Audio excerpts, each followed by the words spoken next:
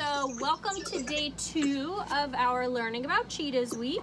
We are going to be using our cheetah book today and talking a little bit more about our 2D shapes.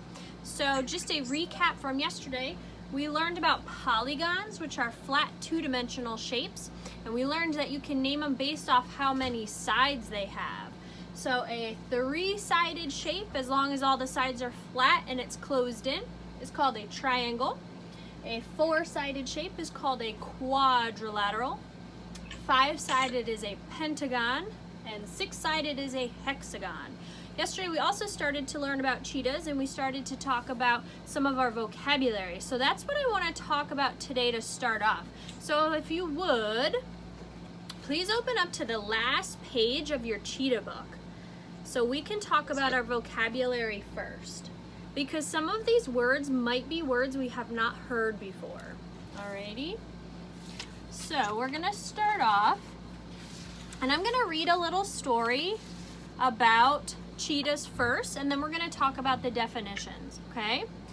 Cheetahs are land mammals. They are part of the same family as tigers, lions, and the pet cats that people may have at home.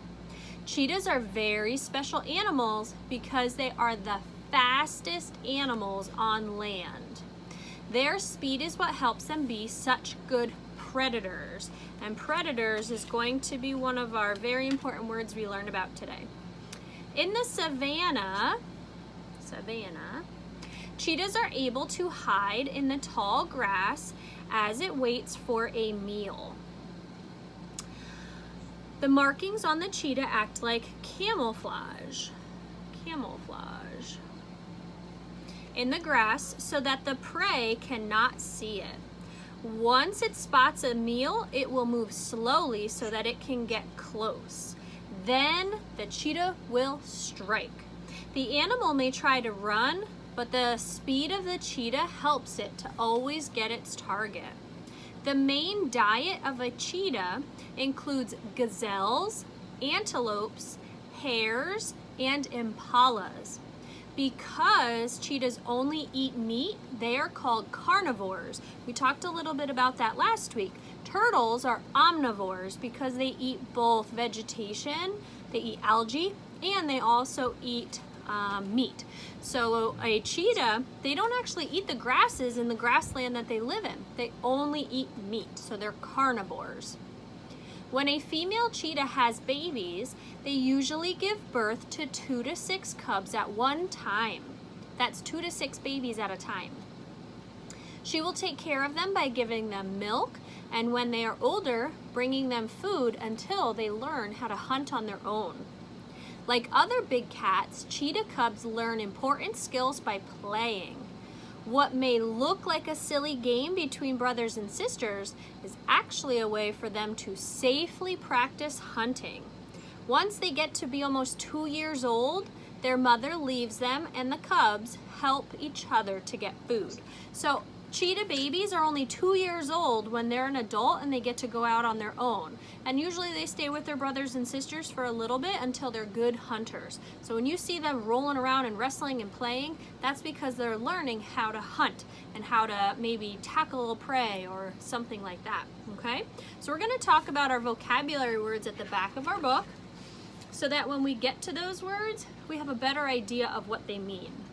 The first word on top is that big word that says camouflage. A lot of times people wear camouflage. It helps them blend in if they're hunting. Camouflage, an animal's natural color or form that allows it to blend in with its surroundings. If you look at that picture, it's super hard to see that cheetah in those tall grassland grasses because of its camouflage. It helps it blend in. The second one on top is called a habitat. A habitat is the place where a plant or animal naturally lives. So a cheetah is a little bit different. We talked about the habitats yesterday. Cheetahs aren't just in grasslands. They're also in different areas, and we'll talk about that again today with their habitats. Predator, we learned about this with the turtles.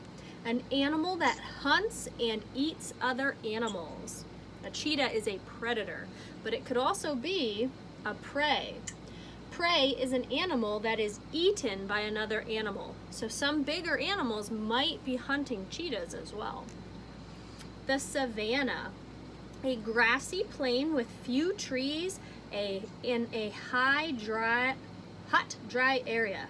So there's not a lot of trees in the savanna. That's why we talked about when we're packing, we want to bring maybe sunblock and hats and things to stay cool, maybe sunglasses, because it's going to be very sunny and warm in the savanna. There's not a lot of trees for shade.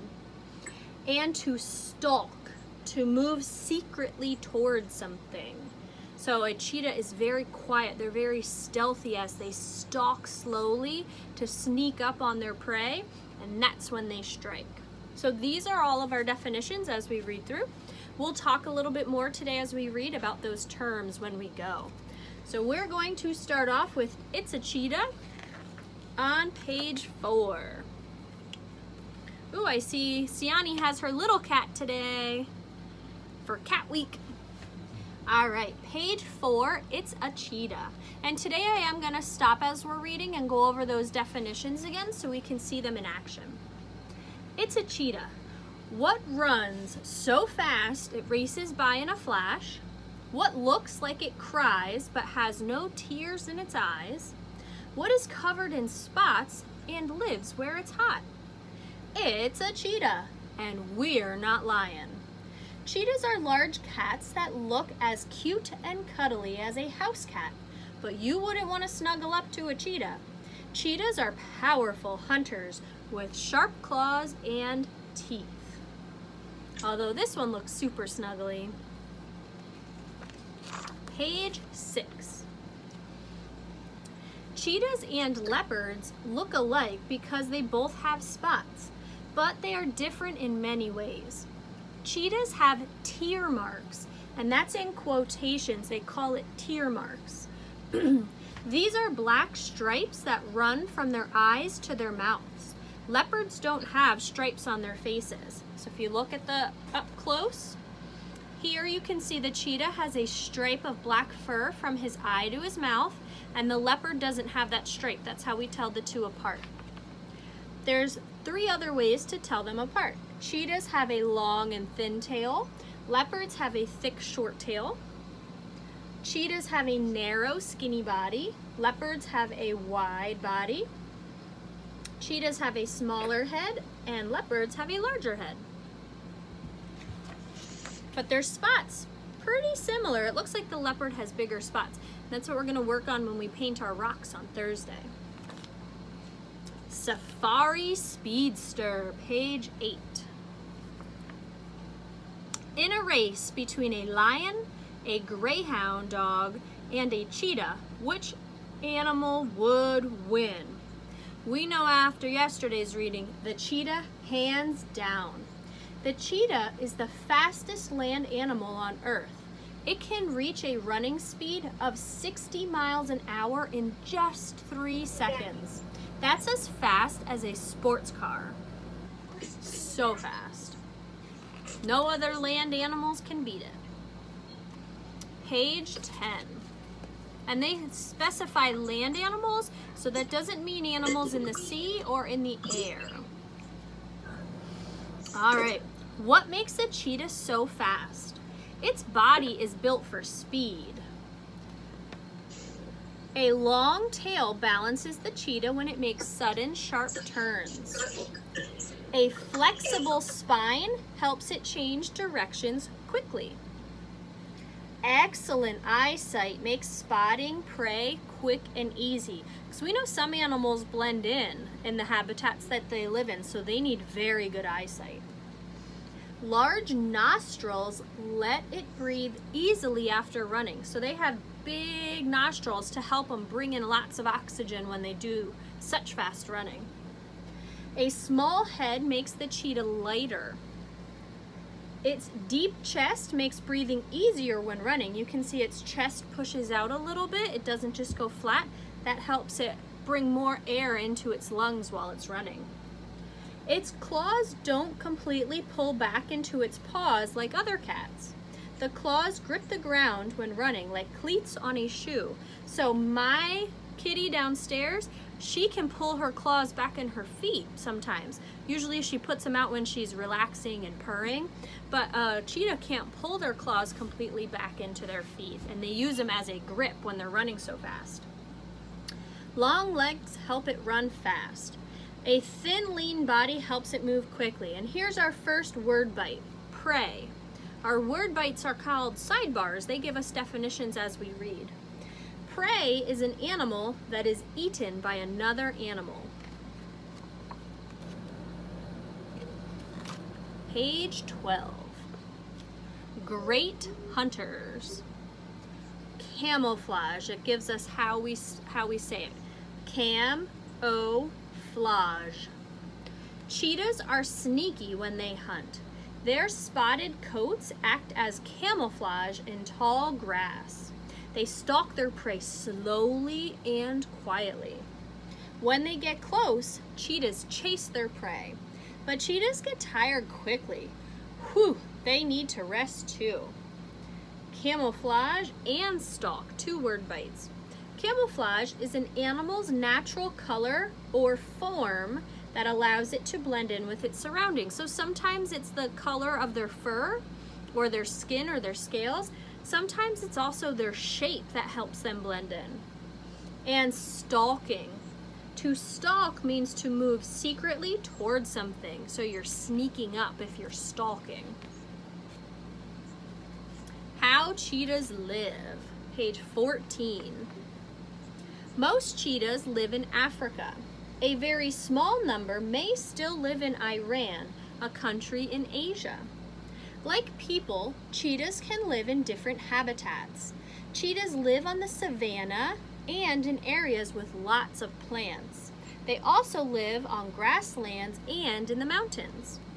But cheetahs can't live near crowded buildings. They need open space. They need a lot of space to run. And here are 2 more word bites. Habitat, the place where a plant or animal naturally lives. And savanna, a grassy plain with few trees in a hot, dry area. Page 16. No matter where they live, male cheetahs stick together. Brothers live in a group called a coalition. Coalition.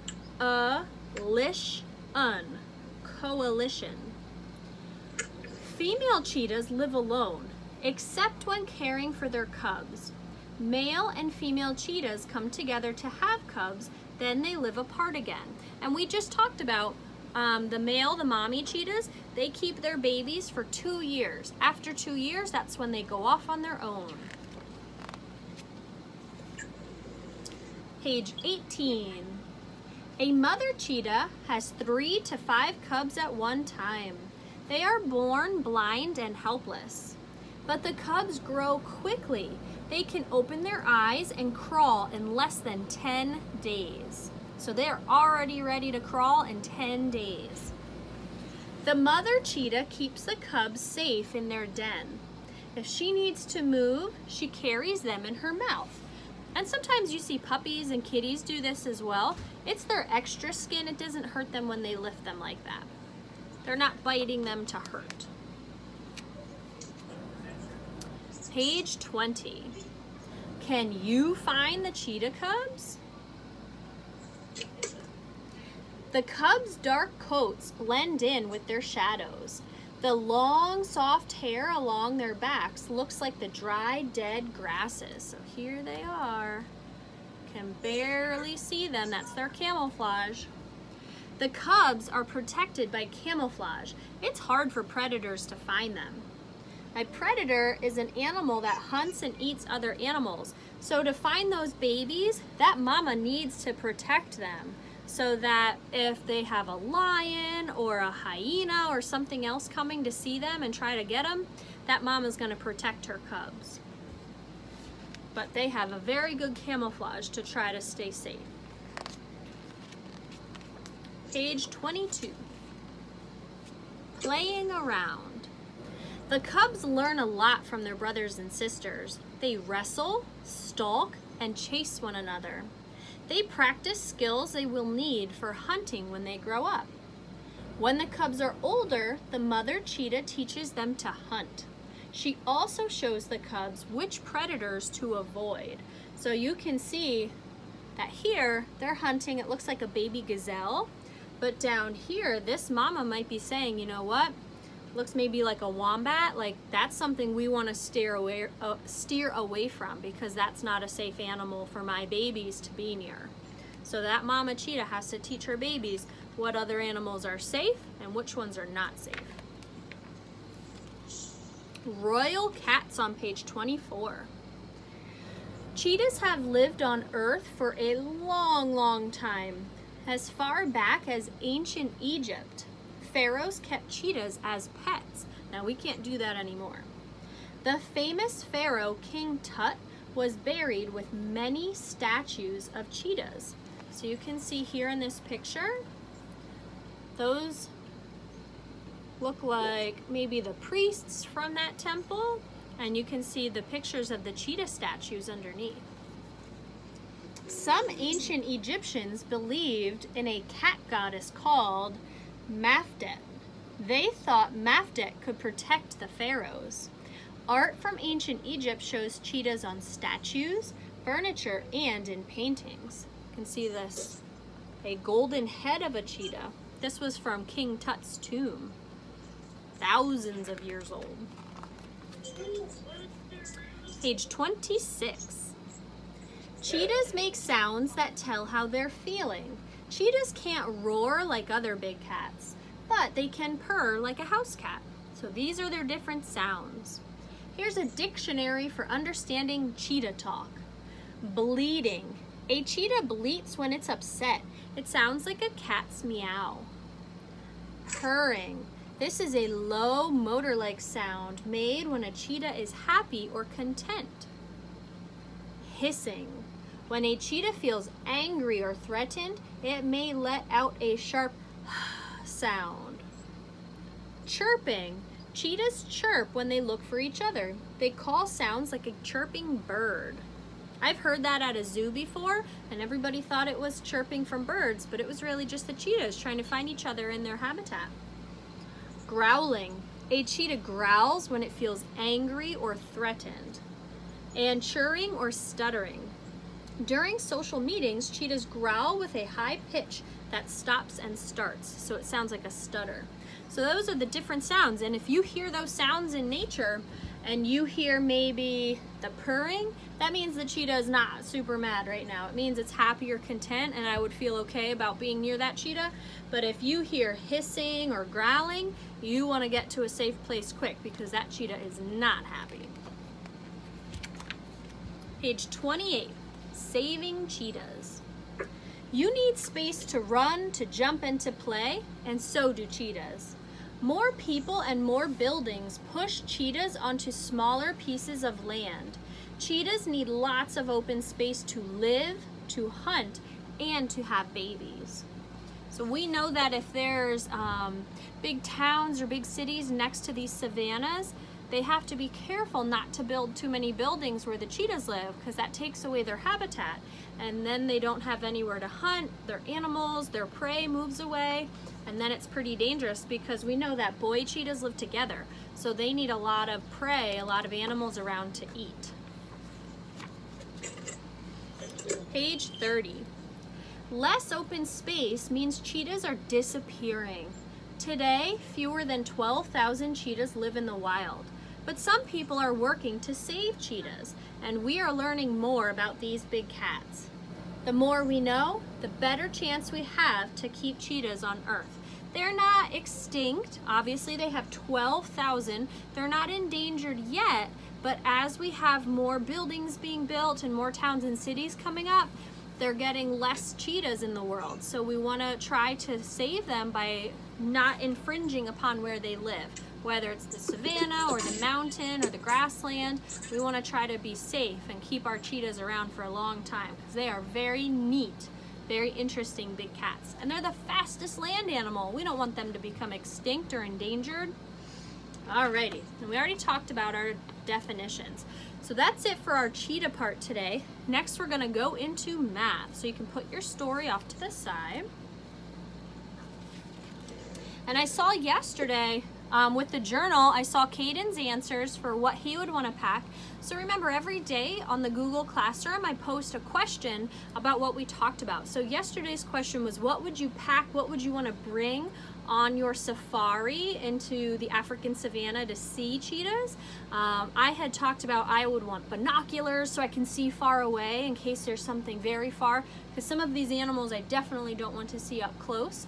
I said I'd want sunblock, I would want maybe my sunglasses, bug spray, because it's probably very buggy there.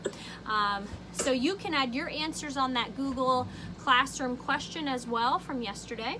And then today's question is going to be about what other animals live on the African savanna. So you can look back at your book. There's lots of pictures of other animals in there that might be the prey or the predator for a cheetah. So what other animals might there be? Today we're going to continue to talk next about our math two-dimensional shapes. So let's review from yesterday.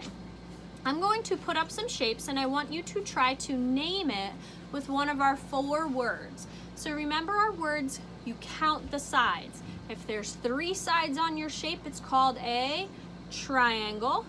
4 sides, it's a quadrilateral. 5 sides is a pentagon. And 6 sides is a hexagon. So let's start off. Let's see how many shapes I have. I made 1, 2, 3, 4, 5, 6, 7 shapes. So let's see if we can name them. All right. Siani, how many sides are on this shape? 4. 4. What would you call a 4-sided shape?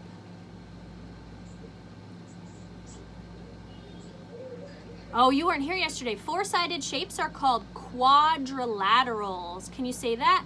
Quadrilateral. Okay. All right, Gemma, you're up. Ready?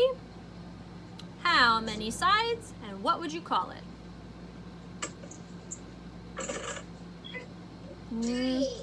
3 sides. What do you call a 3-sided shape, Gemma?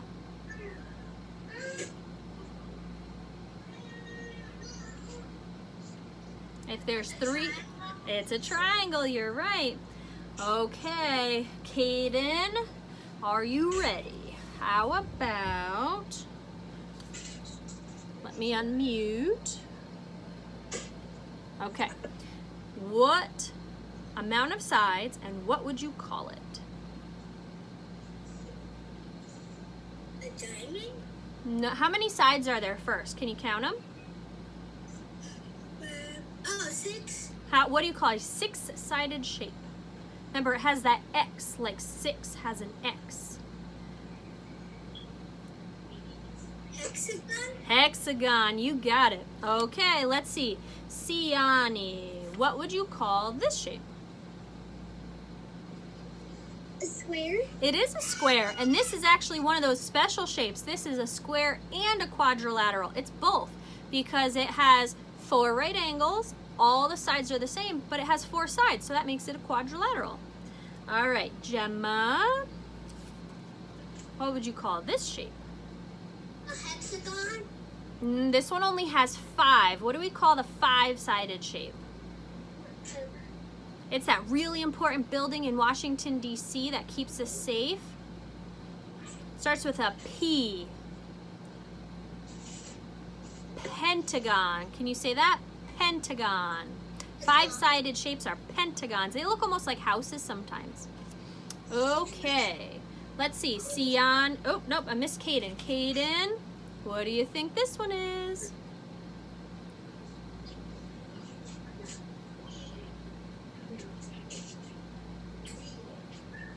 What would you call this, Caden? How many sides? 1, 2, 3, 4. What would you call a 4-sided shape? Triangle? That's a 3. Triangles have 3. 4-sided is a... Hexagon? No, this is actually a rectangle, but because it has 1, 2, 3, 4 sides, it's also called a quadrilateral. 4 sides means quadrilateral, but this is a rectangle too. And lastly, all right, let's see, Yesvi and East, you just came in. What would you call this shape? It has 3 sides. A triangle. It's a triangle. 3 sides makes a triangle. So I just want to point out that triangles can look different. It doesn't matter what their angles look like and how big their sides are. As long as it has 3 sides, that's a triangle. Quadrilaterals can look very different. So I made 3 different ones. A rectangle, a square, and this is actually called a trapezoid, which you'll learn about later. But all 3 of these have 4 sides. They just look very different. And then we had a pentagon with 5 and a hexagon with 6. Okay? So those are all of our flat 2-dimensional shapes. So today we're going to talk about angles. That was talking about how many sides they have. So angles, I wrote a definition up here. I'm not sure if you can see it. The angles are when 2 sides of a shape meet, that's what they form. They make an angle. So if you look here at my triangle, this side and this side form at this corner point. That's called an angle. We also sometimes call it a vertex. Remember when we were talking about 3D shapes, that's where the 3 edges met, okay? So this is an angle. And on a triangle, I have 1, 2, 3. On a square, I have 1, 2, 3, 4 angles. So we can also name our shapes based off of how many angles there are. So I drew a whole bunch of different shapes here. So I'm gonna point to certain ones and let's see if we can name how many angles there are and then what the shape is called. So this one here, I'll start off. I'm gonna count the angles and see if I can show them. So maybe I need, I'll put them on my clipboard so it's a little easier to see. Okay, so here are my angles. If I take a look at my first shape here, it has 1, 2, 3, 4, 5 angles inside. So if it has 5 angles and 5 sides, what would you call this shape? If it has 5. 5-sided shapes start with a pentagon. It's a pentagon if it's 5. Okay, who can figure out what this one would be? I'll hold it still. See if you can count how many angles there are. How many corners are in that shape for this one? Let's see, there's 1, 2, 3, 4, 5, 6. What do you call a 6-sided and a shape with 6 angles? Gemma? Hexagon. Hexagon, you're right. I'm gonna write the number inside so that we remember. So this was a 5, this was a 6.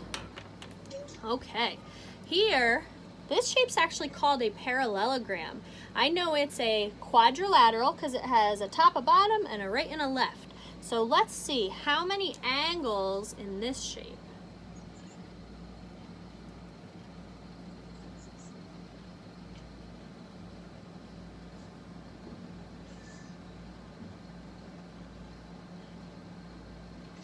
Gemma? 4. That's a quadrilateral. It has 4 angles and 4 sides. And remember, I said quadrilaterals can be very different. So a parallelogram is just a special name for a quadrilateral. Okay, this one's a little funky looking. Looks almost like the Superman symbol. How many angles? Show me on your fingers. 5. This is a pentagon. It has 5 angles. So this pentagon looks very different than this one. And that's okay. They don't have to look exactly the same, but they do need to have straight sides and they all need to be touching. There cannot be any gaps. Okay? So that's a 5. Okay, what about this shape? How many angles? Show me with your fingers.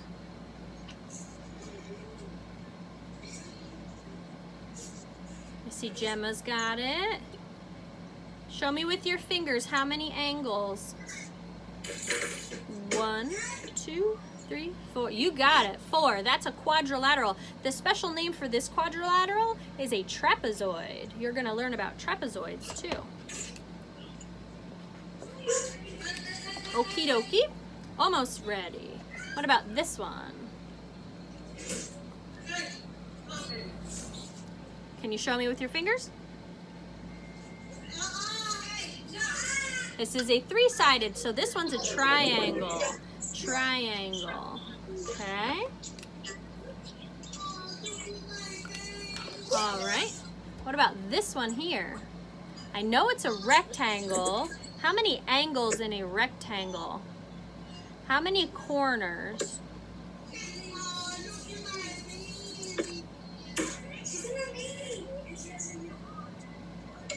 4. There's 4 in a rectangle.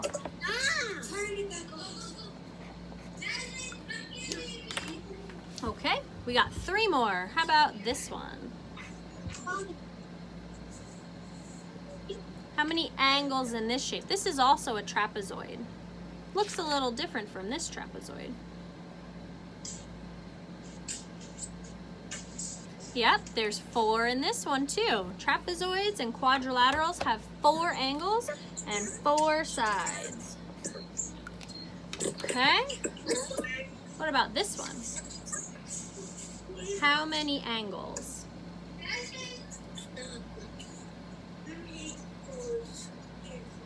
Is that Rebecca in the background?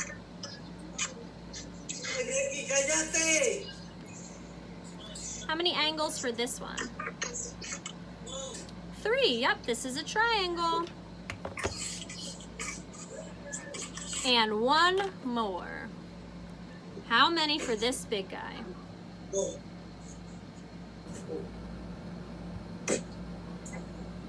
Yes, Viennese has it. Caden has it. Yep, you got it. 6. That's a hexagon. So if you take a look at all of my different shapes, we have 2 different pentagons. They look different, but they both have 5 sides and 5 angles. We have 2 different hexagons. Remember, hexagon has 6 sides, so sometimes that helps you with that X. There's an X in hexagon and in 6. There are 1, 2, 3, 4 different quadrilaterals. We had a parallelogram, 2 trapezoids and 1 rectangle, and we had 2 different triangles. Now I have a trick for you. I'm going to show you one other shape, and I want to see if you know how to name it. Maybe 2 other shapes.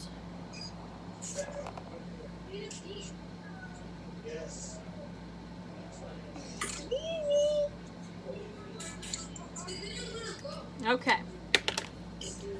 Is this a polygon? This shape here, is this a polygon? Does it only have flat sides? No, it doesn't have any flat sides. All of this is a circle. You guys know a circle. Circle has 1 curved side. And a circle is not a polygon because it doesn't have flat sides. It is closed in, which is good, but it's not one of our special polygons. What about this one? Is that a polygon? Is that a square? What's wrong with my shape here? Is there a problem with it? What happened to the bottom? It has a big hole in the bottom. A polygon can't have a hole. It has to be completely closed in. So this is not a polygon because it has that big gap in the bottom. If I closed it in, it would look pretty similar to a square. But because it has that break in the bottom, it is not a polygon, okay? So polygons have to have flat sides.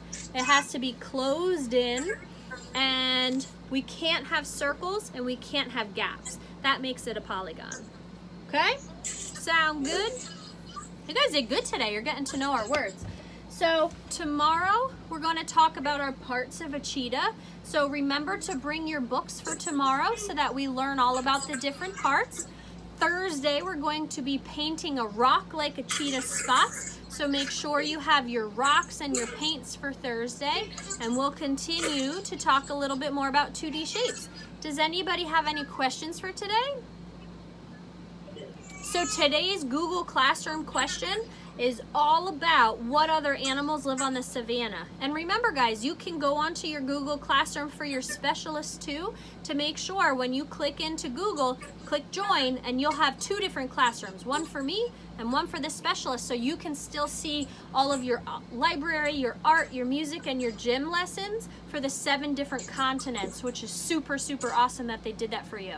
So you have the 2 Google Classrooms, and if you're not sure how to get into them, please let me know. You just log into Google Classroom, use your ID number at allentownsd.org, and your password's your ID number again and your capital initials, and that'll get you into both Google Classrooms.